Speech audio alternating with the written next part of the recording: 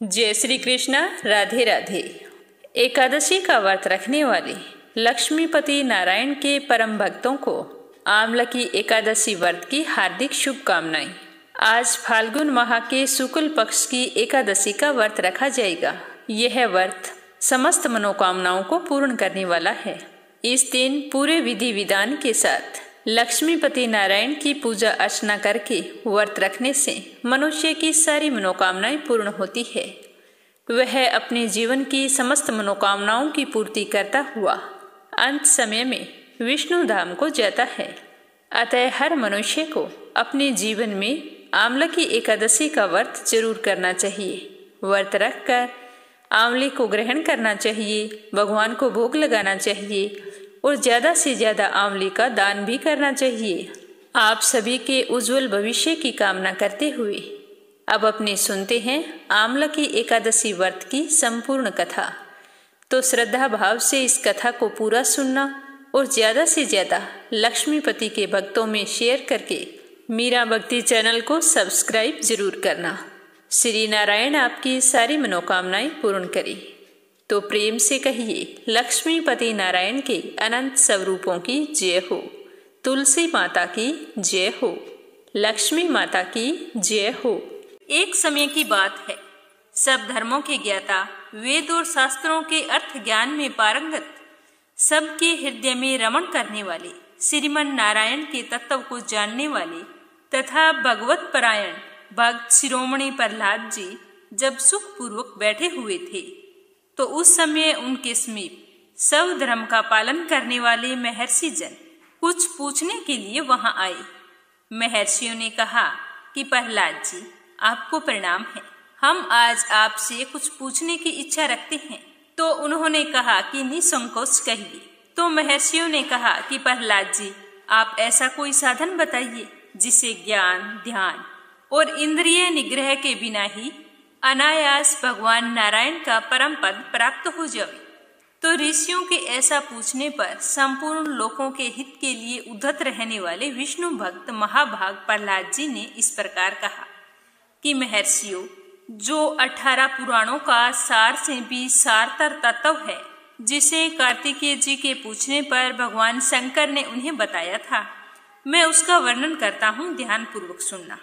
कि जो कली काल में एकादशी का व्रत रात्रि जागरण पूर्वक करते हैं एवं वैष्णव शास्त्र का पाठ करता है, उसके कोटि कोटि जन्मों के किए हुए 4 प्रकार के पाप नष्ट हो जाते हैं। जो एकादशी के दिन वैष्णव शास्त्र का उपदेश करता है, उसे मेरा भक्त जानना चाहिए। जिसे एकादशी व्रत को करने में कोई संशय नहीं होता तथा रात्रि जागरण में निद्रा नहीं आती, जो उत्साह पूर्वक नाचता और गाता है, वही मेरा विशेष भक्त है। मैं उसे उत्तम ज्ञान देता हूँ और भगवान विष्णु मोक्ष प्रदान करते हैं। अतः मेरे भक्त को विशेष रूप से एकादशी व्रत एवं व्रत के दिन रात्रि में जागरण करना चाहिए। जो कोई भगवान विष्णु से वैर रखते हैं, उन्हें पाखंडी जानना चाहिए, और जो एकादशी की रात्रि को जागरण भजन करते हुए रात बिताते हैं, उन्हें आधे निमेष मात्र में अग्निटोम तथा अति रात्र यज्ञ के समान फल प्राप्त होता है। जो रात्रि जागरण में बारंबार भगवान विष्णु के मुखारविंद का दर्शन करते हैं, उनको भी वही फल प्राप्त होता है। जो मनुष्य द्वादशी तिथि को एक बार पारण एवं भगवान विष्णु के आगे जागरण करते हैं, वे यमराज के पास से मुक्त हो जाते हैं। जो द्वादशी को भगवान का स्मरण करते हुए रात्रि जागरण करे और गीता शास्त्र से मनोविनोद करते हैं, वे भी यमराज के बंधन से मुक्त हो जाते हैं। जो प्राण त्याग हो जाने पर भी द्वादशी का जागरण नहीं छोड़ते, वे धन्य और पुण्य आत्मा होते हैं। जिनके वंश के लोग एकादशी की रात में जागरण करते हैं, वे ही धन्य हैं। जिन्होंने एकादशी को जागरण किया है, उन्होंने यज्ञ, दान, गया, श्राद्ध और नित्य प्रयाग स्नान कर लिया है। ऐसे भक्तों को सन्यासियों के सन्यास का पुण्य फल भी मिल जाता है और उनके द्वारा इष्टापूर्त कर्मों का भी भली भांति पालन हो जाता है। षडानन भगवान विष्णु के भक्त जागरण सहित एकादशी का व्रत करते हैं, इसीलिए वे मुझे सदा ही विशेष प्रिय होते हैं। जिसने वर्धनी एकादशी की रात में जागरण किया है उसने पुनः प्राप्त होने वाले शरीर को स्वयं ही भस्म कर दिया है। जिसने त्रिस्पर्शा एकादशी को रात्रि में जागरण किया है वह भगवान विष्णु के स्वरूप में लीन हो जाता है। जिसने हरि प्रबोधनी एकादशी की रात में जागरण किया है उसके स्थूल सूक्ष्म सभी पाप नष्ट हो जाते हैं। जो द्वादशी की रात में जागरण तथा ताल स्वर के साथ संगीत का आयोजन करता है उसे महान पुण्य की प्राप्ति होती है। जो एकादशी के दिन ऋषियों द्वारा बनाए हुए दिव्य स्त्रोतों से ऋग्वेद, यजुर्वेद, सामवेद के वैष्णव मंत्रों से, संस्कृत और प्राकृत के अन्य स्त्रोतों से एवं गीत वाद्य आदि के द्वारा भगवान श्री हरि विष्णु को संतुष्ट करता है उसे भगवान विष्णु भी परम आनंद प्रदान करते हैं। जो एकादशी की रात में भगवान विष्णु के आगे वैष्णव भक्तों के समीप गीता और विष्णु सहस्त्र नाम का पाठ करता है वह उस परम धाम में जाता है जहाँ साक्षात भगवान नारायण विराजमान है। पुण्य में भागवत तथा स्कंद पुराण भगवान विष्णु को अत्यंत प्रिय है। मथुरा और वज्र में भगवान विष्णु के बाल चरित्र का वर्णन किया गया है। उसे जो एकादशी की रात में भगवान केशव का पूजन करके पढ़ता है उसका पुण्य कितना है यह मैं भी नहीं जानता, कदाचित भगवान विष्णु ही जानते हो। हे पुत्र, भगवान के समीप गीत, नृत्य तथा स्तोत्र पाठ आदि से जो फल प्राप्त होता है वही कली काल में श्री हरि के समीप जागरण करते समय विष्णु सहस्त्र नाम, गीता तथा श्रीमद् भागवत का पाठ करने से सहस्त्र गुना होकर मिलता है। जो श्री हरि के समीप जागरण करते समय रात में दीपक जलाता है उसका पुण्य 100 कल्पों में भी नष्ट नहीं होता। जो व्रत के साथ रात्रि जागरण में मंजरी सहित तुलसी दल से भक्ति पूर्वक श्री हरि की पूजा करता है उसका पुनः इस संसार में जन्म नहीं होता।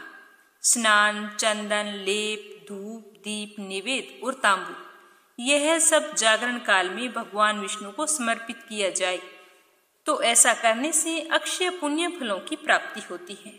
हे कार्तिकेय, जो भक्त मेरा ध्यान करना चाहता है वह एकादशी की रात्रि में श्री हरि के समीप भक्ति पूर्वक जागरण करे। एकादशी के दिन जो लोग जागरण करते हैं उनके शरीर में इंद्र आदि देवता आकर स्थित हो जाते हैं। जो जागरण काल में महाभारत का पाठ करते हैं वे उस परम धाम में जाते हैं जहाँ सन्यासी महात्मा जाया करते हैं। जो उस समय श्री रामचंद्र जी का चरित्र 10 कंठ वध पढ़ते हैं वे योग वेताओं की गति को प्राप्त करते हैं। जिन्होंने श्री हरि के समीप जागरण किया है उन्होंने 4 वेदों का स्वाध्याय, देवताओं का पूजन, यज्ञों का अनुष्ठान तथा सब तीर्थों में स्नान कर लिया। श्री कृष्ण से बढ़कर कोई देवता नहीं और एकादशी व्रत के समान कोई दूसरा व्रत नहीं है। जहाँ भागवत शास्त्र है, भगवान विष्णु के लिए जहाँ जागरण किया जाता है और जहाँ शालिग्राम शिला स्थित होती है वहाँ साक्षात भगवान विष्णु स्वयं उपस्थित होते हैं। तो अब मैं आपको एकादशी व्रत की विधि बतलाता हूँ। दशमी की रात्रि को पूर्ण ब्रह्मचर्य का पालन करें, भोग विलास से दूर रहें और एकादशी के दिन सुबह लकड़ी की दातुन करें।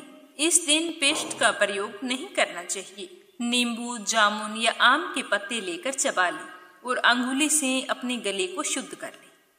वृक्ष से इस दिन पत्ता तोड़ना वर्जित होता है, अतः स्वयं गिरे हुए पत्तों का सेवन करना चाहिए। यदि यह संभव ना हो तो पानी से 12 कुरले करने चाहिए।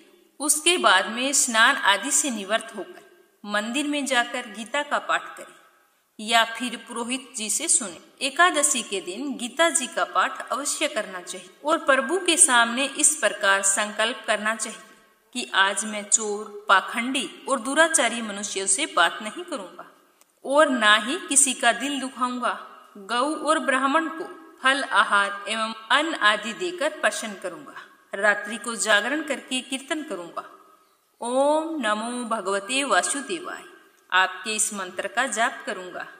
राम, कृष्ण, नारायण इत्यादि विष्णु सहस्त्र नाम को कंठ का भूषण बनाऊंगा, अतः इन नामों का ही जाप करता रहूंगा।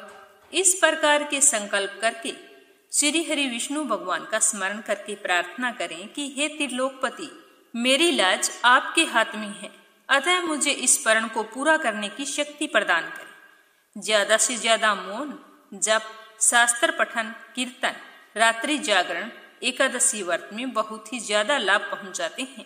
इसीलिए इन नियमों का ज्यादा से ज्यादा पालन करना चाहिए। एकादशी के दिन अशुद्ध द्रव्य से बने हुए पेय नहीं पीने चाहिए, जैसे कोल्ड ड्रिंक्स, एसिड आदि डाले हुए तथा डिब्बे बंद फलों का रस भी नहीं पीना चाहिए। और इस दिन अन्न ग्रहण नहीं करना चाहिए। इस दिन आप व्रत रखें या ना रखें, घर का कोई भी सदस्य चावल ना खाएं, इस चीज का विशेष तौर से ध्यान रखना चाहिए। व्रत रखने वाले विष्णु भक्त इस दिन फल या फिर घर पर निकाला हुआ फलों का रस या फिर दूध पीकर रहना विशेष लाभदायक होता है। व्रत के ये 3 दिन होते हैं, दशमी, एकादशी और द्वादशी। इन 3 दिनों में कांसे के बर्तन में मांस, मदिरा, प्याज, लहसुन, मसूर, उड़द, चने, साग, शहद, तेल और अधिक जल का प्रयोग नहीं करना चाहिए। व्रत के पहले दिन यानी कि द्वादशी को और दूसरे दिन यानी कि द्वादशी को हविष्यान यानी कि जौ, गेहूं, मूंग, सेंधा नमक, काली मिर्च, शक्कर और गौ का घी, इन चीजों से बना हुआ भोजन एक ही बार ग्रहण करना चाहिए। दशमी के दिन सुबह और द्वादशी के दिन भी सुबह। फल आहारी को गोभी, गाजर, सलजम, पालक, गुलफा का साग इत्यादि सेवन नहीं करना चाहिए। आम, अंगूर, केला, बादाम, पिस्ता इत्यादि अमृत फलों का सेवन करना चाहिए। जुआ खेलना, ज्यादा निद्रा लेना, पान, पराई निंदा करना, चुगली करना, चोरी करना, हिंसा, मैथुन, क्रोध, झूठ, कपट आदि इन सब कुकर्मों से दूर रहना चाहिए और शांत रहना चाहिए। और बैल की पीठ पर बैठकर सवारी नहीं करनी चाहिए। अगर बैलगाड़ी है तो इन दिनों में बैलगाड़ी पर भी नहीं चढ़ना चाहिए। और भूलवश किसी निंदक से बात हो जाती है तो इस दोष को दूर करने के लिए भगवान सूर्य के दर्शन तथा धूप दीप से श्री हरि की पूजा करके क्षमा मांगनी चाहिए। एकादशी के दिन घर में झाड़ू नहीं लगानी चाहिए, इससे चींटी आदि सूक्ष्म जीवों की मृत्यु का भय रहता है। इस दिन बाल भी नहीं कटवाने चाहिए, मधुर भाषा बोलनी चाहिए और ज्यादा नहीं बोलना चाहिए, क्योंकि अधिक बोलने से ना बोलने वाले वचन भी निकल जाते हैं। इस दिन सत्य भाषा का प्रयोग करना चाहिए और कम से कम बोलना चाहिए। इस दिन यथाशक्ति अन्न दान करना चाहिए, किंतु स्वयं किसी का दिया हुआ अन्न कदापि ग्रहण ना करें। प्रत्येक वस्तु प्रभु को भोग लगाकर तथा तुलसी दल छोड़कर ग्रहण करनी चाहिए, क्योंकि एकादशी के दिन श्री हरि विष्णु को तुलसी दल का भोग लगाना जरूरी होता है। इसके बिना हमारा कोई भी भोग पूरा नहीं माना जाता। लेकिन हम स्वयं एकादशी के दिन तुलसी नहीं ले सकते। एकादशी के दिन किसी संबंधी की मृत्यु हो जाती है तो उस दिन व्रत रखकर उसका फल संकल्प करके उस मृतक को दे देना चाहिए। और जब उसकी अस्थियां गंगा जी में प्रवाहित की जाती है तो एकादशी व्रत रखकर उसका फल भी उस प्राणी के निमित्त कर देना चाहिए। प्राणी मात्र को अंतर्यामी का अवतार समझकर किसी से छल कपट नहीं करना चाहिए। अपना अपमान करने या कटु वचन बोलने वाले पर भी भूल कर भी इस दिन हमें क्रोध नहीं करना चाहिए, क्योंकि उसे अपने कर्मों की सजा भगवान देते हैं, तो हम बीच में पड़ने वाले कौन होते हैं, यह सोचकर सदैव चुप रहना चाहिए। संतोष का फल सर्वदा मधुर होता है। मन में सभी के प्रति दया भाव रखना चाहिए। इस विधि से व्रत करने वाला उत्तम फल को प्राप्त करता है। और फिर द्वादशी के दिन श्री हरि विष्णु और तुलसी माता की विधिवत पूजा करके ब्राह्मणों को भोजन कराना चाहिए। भोजन करवाएं तो अपने चेहरे पर मुस्कान रखें और बाद में यथासंभव दान दक्षिणा देकर प्रसन्नचित मन से ब्राह्मणों को विदा करना चाहिए और फिर स्वयं व्रत का पारण करें। द्वादशी को सेवा पूजा की जगह बैठकर मीठे चावलों से व्रत का पारण करना चाहिए। किसी कारणवश अगर आप चावल नहीं बना सकते हैं तो 7 दाने चावल के लेकर उसके 14 टुकड़े करके अपने सिर के पीछे फेंकना चाहिए और साथ ही इस प्रकार प्रार्थना करनी चाहिए कि मेरे 7 जन्मों के शारीरिक, वाचिक और मानसिक पाप नष्ट हुए। यह भावना करके 7 अंजलि जल पिए और फिर 7 दाने चावल के खाकर व्रत का पारण करना चाहिए। इसकी कथा इस प्रकार है कि युधिष्ठिर ने भगवान श्री कृष्ण से पूछा कि भगवान, पुण्यमयी एकादशी की तिथि उत्पन्न कैसे हुई इस संसार में वह क्यों पवित्र मानी गई तथा देवताओं को प्रिय कैसे हुई? तो श्री भगवान जी बोले कि हे कुंती नंदन, प्राचीन समय की बात है। सतयुग में मुर नामक एक दानव रहता था। वह दानव बहुत ही अद्भुत, अत्यंत रुद्र तथा संपूर्ण देवताओं के लिए बहुत भयंकर था। उसका काल रूपधारी दुरात्मा महासुर ने इंद्र को भी पराजित कर दिया। संपूर्ण देवता उससे परास्त होकर स्वर्ग से निकाले जा चुके थे और संकित तथा भयभीत होकर पृथ्वी पर विचर रहे थे। एक दिन सब देवता महादेव जी के पास गए। वहां जाकर इंद्र ने भगवान शिव के आगे सारा हाल कह सुनाया। इंद्र बोले कि महेश्वर, ये देवता स्वर्ग लोक से निकाले जाने के बाद पृथ्वी पर विचर रहे हैं। मनुष्यों के बीच में इस तरह से विचरना शोभा नहीं देता। हे महादेव, आप ही कोई उपाय बतलाइए। ये देवता अब किसका सहारा ले? तो महादेव जी ने कहा कि देवराज, जहां सबको शरण देने वाले, सबकी रक्षा में तत्पर रहने वाले जगत के स्वामी भगवान गरुड़ ध्वज विराजमान हैं। तुम लोग वहां जाओ, वे ही तुम लोगों की रक्षा करेंगे। भगवान श्री कृष्ण कहते हैं कि युधिष्ठिर जी महादेव जी की बात सुनकर परम बुद्धिमान देवराज इंद्र संपूर्ण देवताओं के साथ क्षीर सागर में गए, जहां भगवान गदाधर सो रहे थे। तो इंद्र ने वहां जाकर हाथ जोड़कर उनकी स्तुति की और बोले कि हे देव देवेश्वर, आपको नमस्कार है। देव, आप ही पति, आप ही मति, आप ही हर्ता और आप ही कारण हैं। आप ही सब लोगों की माता और आप ही जगत के पिता हैं। देवता और दानव दोनों ही आपकी वंदना करते हैं। पुंडरीकाक्ष, आप दैत्यों के शत्रु हैं। मधुसूदन, आप हम लोगों की रक्षा कीजिए। हे प्रभु जगन्नाथ, अत्यंत उग्र स्वभाव वाले महाबली मुर नामक दैत्य ने इन संपूर्ण देवताओं को हराकर स्वर्ग से बाहर निकाल दिया है। भगवान, हे देवेश्वर, शरणागत वत्सला, सारे देवता भयभीत होकर आपकी शरण में आए हैं। दानवों का विनाश करने वाले कमल नयन, भक्त वत्सल देवेश्वर जनार्दन, हमारी रक्षा कीजिए, रक्षा कीजिए। हे भगवान, शरण में आए हुए देवताओं की सहायता कीजिए। तो इंद्र की बात सुनकर श्री हरि विष्णु भगवान बोले कि देवराज, यह दानव कैसा है, उसका रूप और बल कैसा है तथा उस दुष्ट के रहने का स्थान कहाँ है? तो इंद्र बोले कि हे देवेश्वर, पूर्व काल में ब्रह्मा जी के वंश में तालजंग नामक एक महान असुर उत्पन्न हुआ था, जो अत्यंत भयंकर है। उसका पुत्र मुरदैत्य के नाम से विख्यात है। वह भी अत्यंत उत्कट, महापराक्रमी और देवताओं के लिए बहुत भयंकर है। चंद्रावती नाम से प्रसिद्ध एक नगरी है, उसी में वह स्थान बनाकर निवास करता है। उस दैत्य ने सारे देवताओं को परास्त करके स्वर्ग लोक से बाहर बिठा दिया है और उसने एक दूसरे ही इंद्र को स्वर्ग के सिंहासन पर बैठाया है। अग्नि, चंद्रमा, सूर्य, वायु तथा वरुण भी उसने दूसरे ही बनाए हैं। हे जनार्दन, मैं सच्ची बात बता रहा हूँ। उसने सब जगह पर दूसरों को नियुक्त कर लिया है। देवताओं को तो उसने प्रत्येक को अपने अपने स्थान से वंचित कर दिया है। तो इंद्र की यह बात सुनकर भगवान श्री हरि विष्णु को बड़ा ही गुस्सा आया। उन्होंने देवताओं को साथ लेकर चंद्रावती नगरी में प्रवेश किया। भगवान गदाधर ने देखा कि दैत्यराज बारंबार गर्जना कर रही हैं और उससे परास्त होकर संपूर्ण देवता दसों दिशाओं में भाग रहे हैं। अब वह दानव भगवान विष्णु को देखकर बोला कि खड़ा रहे, खड़ा रहे। उसके यह ललकार सुनकर भगवान विष्णु के नेत्र क्रोध से लाल हो गए। वे बोले कि अरे दुष्ट दुराचारी दानव, मेरी इन भुजाओं को देख। यह कहकर भगवान श्री हरि विष्णु ने अपने दिव्य बाणों से सामने आए दुष्ट दानवों को मारना शुरू कर दिया।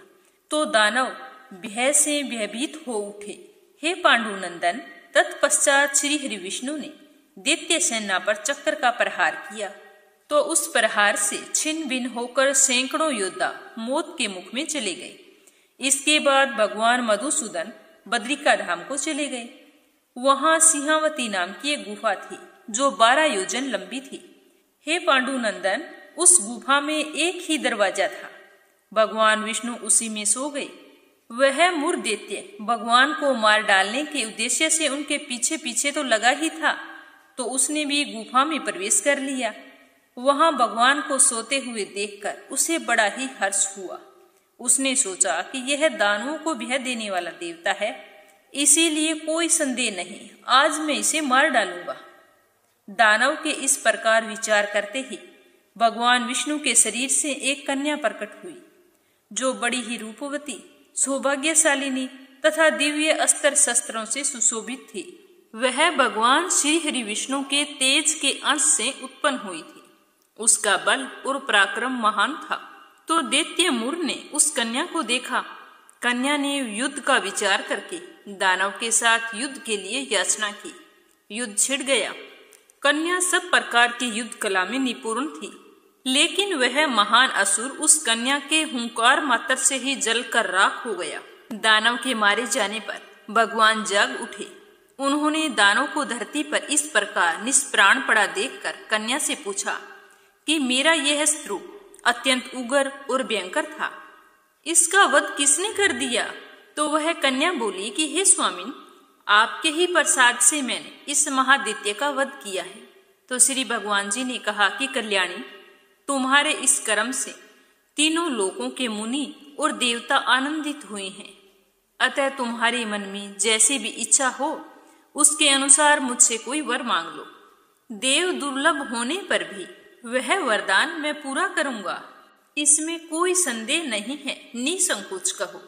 उस दिन एकादशी तिथि थी। उसने कहा कि हे प्रभु, यदि आप मुझ पर इतना प्रसन्न हैं तो मैं आपकी कृपा से सब तीर्थों में प्रधान, समस्त विघ्नों का नाश करने वाली तथा सब प्रकार की सिद्धि देने वाली देवी हूँ। हे जनार्दन, जो लोग आप में भक्ति रखते हुए आज के दिन उपवास करेंगे उन्हें सब प्रकार की सिद्धि प्राप्त हो। हे माधव, जो लोग उपवास बिना भोजन के अथवा एक वक्त भोजन ग्रहण करके मेरे व्रत का पालन करें, उन्हें आप धन, धर्म और मोक्ष प्रदान करें। परम दयालु भगवान श्री हरि नारायण बोले कि कल्याणी, तुम जो कहती हो वह सब पूर्ण होगा। और आज एकादशी तिथि है, तो तुम एकादशी माता के नाम से जानी जाओगी। तो ऐसा वरदान पाकर महाव्रता एकादशी बहुत ही प्रसन्न हुई। दोनों पक्षों की एकादशी समान रूप से कल्याण वाली होती है। इसमें शुक्ल और कृष्ण का भेद कभी नहीं करना चाहिए। यदि उदय काल में थोड़ी सी भी एकादशी, मध्य में पूरी द्वादशी और अंत में किंचित त्रयोदशी हो तो वह त्रिस्पर्शा एकादशी कहलाती है। ऐसी एकादशी भगवान को बहुत ही प्रिय होती है। यदि एक त्रिस्पर्शा एकादशी का उपवास कर लिया जाए तो 1000 एकादशी व्रतों का फल प्राप्त होता है। इस प्रकार द्वादशी में पारण करने पर 1000 गुना फल माना गया है। अष्टमी, एकादशी, षष्ठी, तृतीया और चतुर्दशी ये तिथि पूर्व तिथि से विद्ध हो तो इनमें व्रत नहीं करना चाहिए। परिवर्तनीय तिथि से युक्त होने पर ही इनमें उपवास का विधान है। पहले दिन में और रात में भी एकादशी हो तथा दूसरे दिन केवल प्रातः काल एक दंड एकादशी भी रहे तो पहली तिथि का परित्याग करके दूसरे दिन की द्वादशी युक्त एकादशी को ही उपवास करना चाहिए। यह विधि मैंने दोनों पक्षों की एकादशी के लिए बताई है। जो मनुष्य एकादशी को उपवास करता है वह वैकुंठ धाम को जाता है, जहाँ साक्षात भगवान गरुड़ ध्वज विराजमान रहते हैं। जो भक्त हर समय एकादशी के महात्म्य का पाठ करता है उसे 1000 गौ दान पुण्य फलों की प्राप्ति होती है। जो कोई भक्त दिन या रात में भक्ति पूर्वक इस महात्म्य को सुनते हैं या पढ़ते हैं वे निसंदेह ब्रह्म हत्या आदि पापों से मुक्त हो जाते हैं। एकादशी के समान पाप नाशक व्रत कोई दूसरा नहीं है। तो अब अपने सुनेंगे कि एकादशी के दिन हमें कौन सी व्रत कथा सुननी चाहिए। बोलो श्री हरि विष्णु की जय हो। एक समय की बात है कि मदान्ता बोले कि हे वशिष्ठ जी, यदि आप मुझ पर कृपा करते हैं तो मुझे कोई ऐसे व्रत की कथा सुनाइए जिससे मेरा कल्याण हो। तो महर्षि बोले कि हे राजन, सब व्रतों से उत्तम और अंत में मोक्ष देने वाली आमलकी एकादशी के व्रत का मैं वर्णन करता हूँ। तो मधान्ता कहने लगे कि आमलका एकादशी कौन सी होती है? मुझे सब कुछ आप विस्तार पूर्वक बताइए, आपकी अति कृपा होगी। तो मधान्ता की बात सुनकर महर्षि वशिष्ठ जी कहने लगे कि हे राजन, यह एकादशी फाल्गुन माह के शुक्ल पक्ष में आती है। इस व्रत के करने से मनुष्य के सारे पाप नष्ट हो जाते हैं। इस व्रत का फल 1000 गोदान के फल के बराबर होता है। अब मैं तुम्हें एक कथा सुनाता हूँ, उस कथा को आप ध्यान पूर्वक सुनना। वैदिश नाम का एक नगर था जिसमें ब्राह्मण, क्षत्रिय, वैश्य, शूद्र चारों वर्ण आनंद सहित रहते थे। उस नगर में सदैव वेद ध्वनि गूंजा करती थी तथा पापी, दुराचारी तथा नास्तिक उस नगर में कोई नहीं था। उस नगर में चेत्रथ नाम का चंद्रवंशी राजा राज्य करता था। वह बहुत ही विद्वान और धार्मिक व्यक्ति था। उस नगर में कोई भी व्यक्ति दरिद्र या फिर कंजूस नहीं था। सभी नगरवासी विष्णु भगत थे और वहां पर सारे स्त्री पुरुष एकादशी का व्रत बड़े ही नियम से किया करते थे। एक समय की बात है, फाल्गुन के महीने की शुक्ल पक्ष की आमला एकादशी आई तो उस दिन राजा, प्रजा तथा बाल वृद्ध सबने हर्ष पूर्वक व्रत किया। राजा अपनी प्रजा के साथ मंदिर में जाकर पूर्ण कुंभ स्थापित करके धूप, दीप, नैवेद्य, पंचरत्न आदि से आंवले का पूजन करने लगे और इस प्रकार स्तुति करने लगे कि हे आंवले वृक्ष, तुम ब्रह्म स्वरूप हो, तुम ब्रह्मा जी द्वारा उत्पन्न हुए और समस्त पापों का नाश करने वाले हो। तुमको मेरा नमस्कार है, तुम मेरा अर्घ्य स्वीकार करो। तुम श्री रामचंद्र जी द्वारा सम्मानित हो, मैं आपकी प्रार्थना करता हूँ, अतः आप मेरे समस्त पापों का नाश करो। इस तरह से स्तुति करके उस मंदिर में सबने रात्रि को जागरण किया। रात के समय वहां पर एक बहेलिया आया जो अत्यंत पापी और दुराचारी था। वह अपने कुटुंब का पालन जीव हत्या करके किया करता था। भूख और प्यास से बेहाल, अत्यंत व्याकुल वह बहेलिया इस जागरण को देखने के लिए मंदिर के एक कोने में बैठ गया और विष्णु भगवान तथा एकादशी की महात्म्य की कथा सुनने लगा। इस प्रकार उसने अन्य मनुष्यों की भांति सारी रात जागते हुए बिता दी। सुबह होते ही सारे लोग अपने अपने घर चले गए तो बहेलिया भी अपने घर चला गया। घर जाकर उसने भोजन किया। कुछ समय बीतने के पश्चात उसकी मृत्यु हो गई। तो आमलकी एकादशी के व्रत तथा जागरण से उसने राजा विदुरथ के घर जन्म लिया और उसका नाम वशुरथ रखा गया। युवा होने पर वह चतुरंगिनी सेना सहित तथा धन धान्य से युक्त होकर 10,000 ग्रामों का पालन करने लगा। वह तेज में सूर्य के समान, कांति में चंद्रमा के समान, वीरता में भगवान विष्णु के समान और क्षमा में पृथ्वी के समान था। वह अत्यंत धार्मिक, सत्यवादी, कर्मवीर और विष्णु भगत था। वह अपनी सारी प्रजा का सम्मान भाव से पालन किया करता था। दान देना उसका नित्य कर्तव्य था। एक दिन राजा शिकार खेलने के लिए गया। देव योग से वह मार्ग भूल गया और दिशा ज्ञान न रहने के कारण वह उसी वन में एक वृक्ष के नीचे सो गया। थोड़ी देर बाद में पहाड़ी पर मलेच्छ वहां पर आ गए और राजा को अकेला देखकर मारो मारो कहते हुए राजा की ओर दौड़े। मलेच्छ कहने लगे कि इस दुष्ट राजा ने हमारे माता पिता, पुत्र पौत्र आदि अनेक संबंधियों को मार दिया है और बचे हुओं को देश से निकाल दिया है, अतः हमें इसको मार देना चाहिए, इसे जीने का कोई अधिकार नहीं है। ऐसा कहते हुए वे मलेच्छ राजा को मारने के लिए दौड़े और अनेक प्रकार के अस्त्र शस्त्र राजा के ऊपर फेंके। तो वे सब अस्त्र शस्त्र राजा के शरीर पर जैसे ही गिरते नष्ट हो जाते और उनका वार पुष्प के समान प्रतीत होता। अब उन मलेच्छों के अस्त्र शस्त्र उल्टा होकर उन्हीं पर प्रहार करने लगे, जिससे वे मूर्छित होकर गिरने लगे। उसी समय राजा के शरीर से एक दिव्य स्त्री उत्पन्न हुई। वह स्त्री बहुत ही सुंदर थी। इतनी सुंदर होते हुए भी उसकी भ्रुकुटी टेढ़ी थी। उसकी आंखों से लाल लाल अग्नि निकल रही थी, जिससे वह दूसरे काल के समान प्रतीत हो रही थी। वह स्त्री मलेच्छों को मारने के लिए दौड़ी और थोड़ी ही देर में सब मलेच्छों को काल के गाल में पहुंचा दिया। जब राजा सोकर उठे तो उसने मलेच्छों को मरा हुआ देखकर कहा कि इन स्त्रियों को किसने मारा है? इस वन में ऐसा कौन है जो मेरा हितैषी है, जो मेरा भला चाहता है? राजा इस तरह विचार कर ही रहा था कि इतने में वहां पर आकाशवाणी हुई और कहा कि हे राजन, इस संसार में भगवान विष्णु के अतिरिक्त तेरी सहायता और कौन कर सकता है? इस आकाशवाणी को सुनकर राजा अपने राज्य में आ गया और सुखपूर्वक राज करने लगा। तो इस तरह विष्णु भक्त होने के कारण उसकी रक्षा भगवान श्री हरि विष्णु ने स्वयं की। कथा सुनाकर महर्षि बोले कि हे राजन, यह आमलकी एकादशी के व्रत का प्रभाव था।